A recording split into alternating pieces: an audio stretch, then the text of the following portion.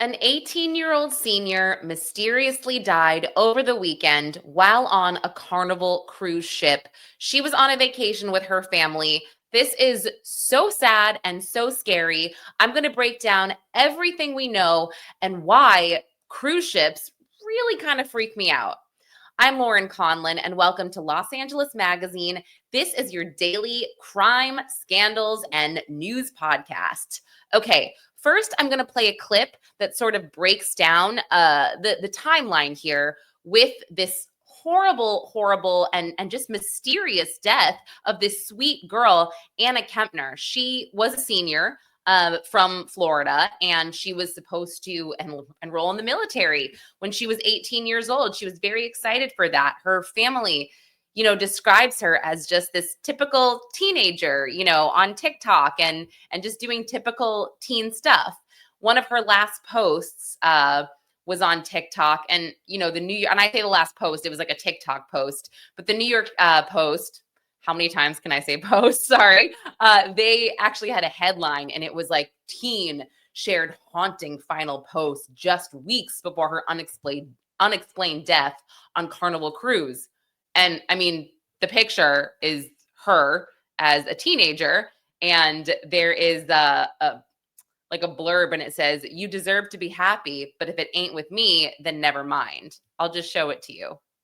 I'm like, this isn't haunting. This is a teen post. There's nothing haunting about this. She's not seemingly giving us any clues about her wanting to end her life, in my opinion. If a guy doesn't want to be happy with her, or a girl, whatever.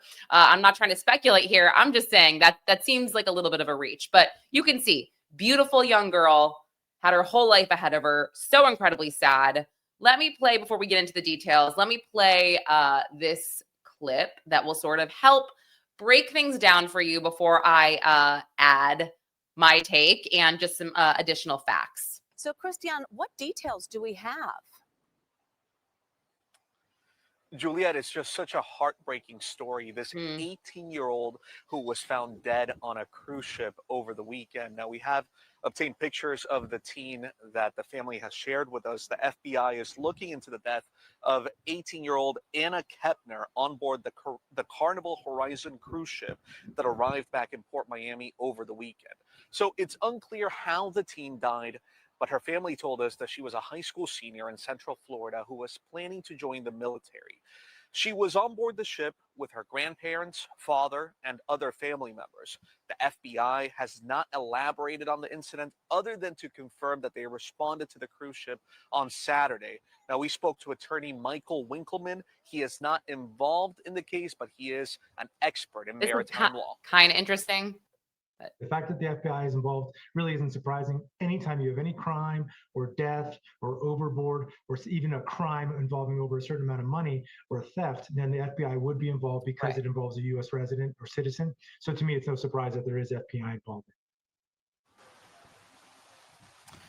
In a statement, Carnival Cruise Line says that they are cooperating. Sorry, just one thing. I just assumed, the FBI was involved because this cruise went from Florida to the Caribbean, and she was docked in the Caribbean. When she was docked there, allegedly, that was November 7th when she passed away, and then the ship came back to Miami on the 8th, and that's when they removed her body. So yeah, I would think that the FBI would be involved because there's clearly not a clear jurisdiction there. But yeah, let me just finish this. If I could just hit play. Operating with the FBI, and that they're focused on supporting the family. Absolutely. So, Christian, what are we hearing from Kempner's community and loved ones? I'm sure that they're sounding off too. Yeah. The community, the family, absolutely heartbroken. The community, too, a tight-knit community. They held a gathering earlier today. They got together at her school to honor her memory. And her school has also put out a statement that reads in part, "You were a bright, kind-hearted young woman whose presence brought warmth and energy into the classroom. Your curiosity, your gentle spirit, and the way you cared for those around you made a lasting impression. Your absence will be felt every day, but your impact and the memories you created will continue to live on in our hearts. But again, the FBI at this point is looking into this case. They haven't revealed any information or if they believe there was any sort of criminality involved in this case. Juliet? All right. Christian Benavides, thank you so much. Wow. All right, let me remove that. Yeah, I mean, I've seen reports where her family is asking for privacy, so there's, no one going around trying to figure out what happened to her, spreading awful rumors about what could have happened. I think, for me, if you followed the documentary or docuseries on Netflix about Amy Bradley is Missing, that gave me just an entirely new perception on cruise ships. And for example, Carnival Cruise in general, I mean, the one that Anna Kepner was on with her family, this was just under about 4,000 passengers. And so for a ship with 4,000 passengers, it has around 1,000 employees, let's say. Now, when you are on a cruise ship and it's going, let's say, to different countries, different islands, whatever, I think that people need to realize there's no law enforcement. You are literally with these people for 2 weeks or to a month, no law enforcement, none. You've got security that is paid by these cruise ships, right? By Carnival, by whatever, but their number one role here is to ensure that all the passengers have a good time and things run smoothly. So in the Amy Bradley docuseries, when that boat, the ship actually docked and she didn't get off or she wasn't on it, they were like, don't go anywhere. Like, please stay put until we can track down Amy. Or they basically said, don't let anybody off the ship. Like, we need to find her. And the captain and some of the security, they were just like, no, sorry. Like this, people have paid to be here. We got to just move on. And so it's not like they didn't care because they were looking for Amy, right? But nothing stops just because one of your family members, you think something's going on, nothing's going to stop.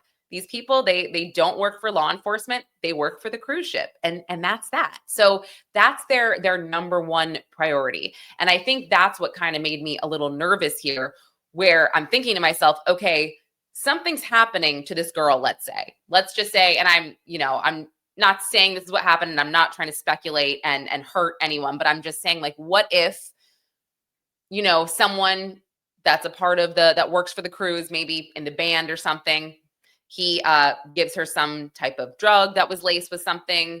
She starts to convulse, OD, whatever. He doesn't want to get in trouble. He doesn't want to get help. He runs and he leaves her. It's like no one is thinking for other people's best interests here. They're thinking about the ship. They're thinking about themselves. And that's how I feel. So, and again, that documentary really just kind of turned me on to it, to really understanding. But I'll show you another picture of her. She's so cute. She wanted to join the military. Nope, not that. Here we go. This tab instead. There she is.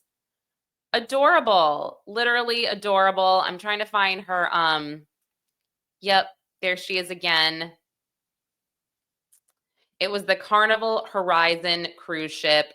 Yes, returned to Miami from the Caribbean. I mean, I just can't imagine. She looks like your average healthy 17, 18-year-old girl. And this was the ship. This is seriously mysterious. Yeah, she was meant to graduate in May. She wanted to join the military. And literally, there are no additional details. And there is this article from The Sun, which also stated that the ship's location when she died was between Cozumel, Mexico, and Miami. So not the Caribbean, exactly. It's Cozumel, Mexico. It was supposed to go through the Caribbean, but yeah. Let's see. Her dad told the U.S. Sun, which, this is normal, I think, for me, but like, he doesn't know anything. He's trying to cooperate, but he knows nothing. And most of you guys know that when a suspicious death happens in one's family, they go to the family members first. They always question the family members. So they're doing that right now. And he said that, yeah, everybody was questioned. and then they were able to get off the ship. But yeah, he hasn't heard back from any type of law enforcement so far to give him an update on his daughter. It is just so sad. He said, quote, "I would imagine they're going to be in contact with me about it, but I know as little as everybody else. I have no idea what's going on right now. We are just trying to sit still and wait for answers," end quote. He said, of course, that his life has been upended as his family's has, and he just doesn't want to watch TV or the internet anymore to, try to hear more people try to figure out what happened to his daughter. He just said, he's devastated. And as of Wednesday, November 12th, there were no updates. So I will make sure that I keep you guys updated with this one. So sad. Thank you so much for watching and for being here. I'm Lauren Conlin. This is your Los Angeles Magazine daily pop culture, scandals, and crime news updates.